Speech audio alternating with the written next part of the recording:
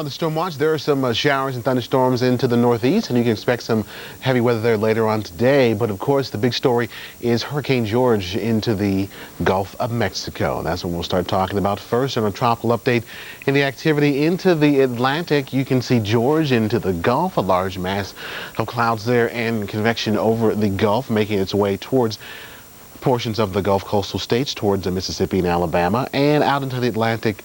More storms that really aren't posing a threat towards the U.S. mainland anytime soon. We'll talk about those in just a moment. First, on to George, where it is as of 4 a.m. Central Time this morning. 28.1 degrees north, 87.6 west, or only around 200 miles southeast of New Orleans.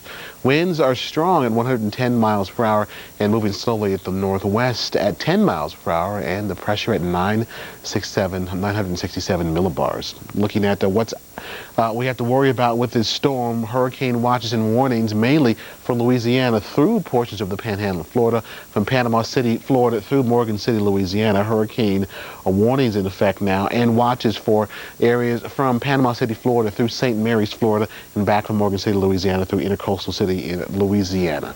And lots of rainfall from the system, up to at least 6 inches of rain inland in so many miles as the system makes its way towards land, and we will see that probably take place later on today into tomorrow.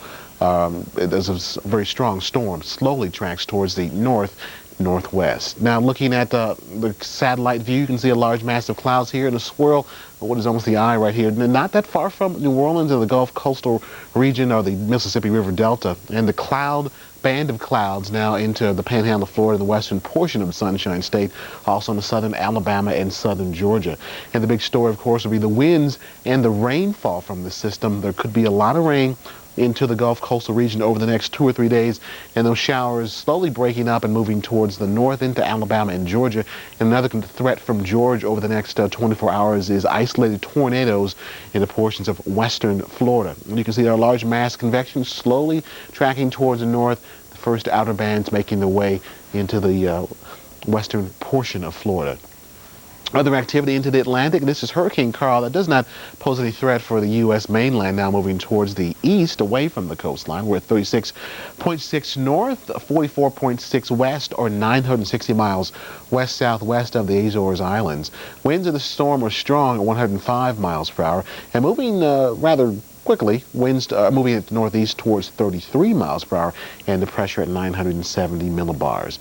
Other activity, Tropical Storm Ivan. This is our final advisory for this storm as it gets weaker. It's at 40.7 north, 23.8 west, or 250 miles northeast of the Azores Islands. Winds are at 70 miles per hour, moving towards the east at 35 miles per hour.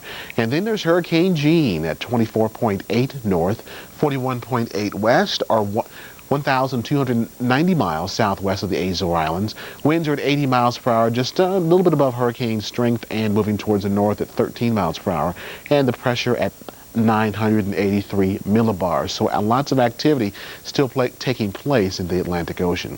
Looking back at the mainland, besides the Gulf and the rainfall here, area to watch in the northeast, we have some showers and thunderstorms into Vermont right now, and also rain into the Sierra region of Nevada and California, and snow in the higher elevations around Donner Pass. You can see upwards to maybe 3 inches of snow as the day rolls along. So it's that time of the year to start talking about snow again into the Intermountain West. Through later on tonight, we can see thunderstorms that could be severe into New York State, into Massachusetts, back into northern Pennsylvania. So watch out on Interstate 80, the New York Thruway, I-81, and I-87. Current view of the radar shows rainfall into upstate New York, also into Vermont and New Hampshire, with some heavy rainfall into northern New Hampshire, pushing into Maine. Light to moderate showers pushing offshore from Massachusetts into the Atlantic Ocean, and some rainfall along Long Island. Some heavier thunderstorms pushing past the tip of Long Island earlier this morning. Rainfall estimates showing light to moderate rainfall into northern New York since late last night. Into the Midwest, more showers and thunderstorms, some embedded thunderstorms into northern Michigan towards Saginaw,